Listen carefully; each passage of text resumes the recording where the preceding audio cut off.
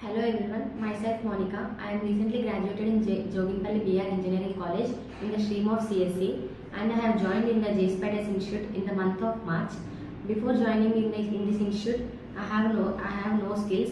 After joining, I have learned a lot in this institute. My core Java faculty is Pavan sir, my web technology faculty is Reshma ma'am, React faculty is Shivanand sir, Advanced Java faculty is Ravi sir, and SQL faculty is Revan sir.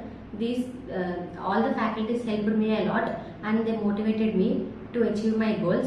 And I am very thankful for the HRs because they have provided me with so many requirements. So it is helpful for me. And in this institute, the mock interviews helped me a lot by giving the weekly mocks. I have cleared this interview. The weekly mocks helped me a lot for the interview confidence, and they have upskilled my skills.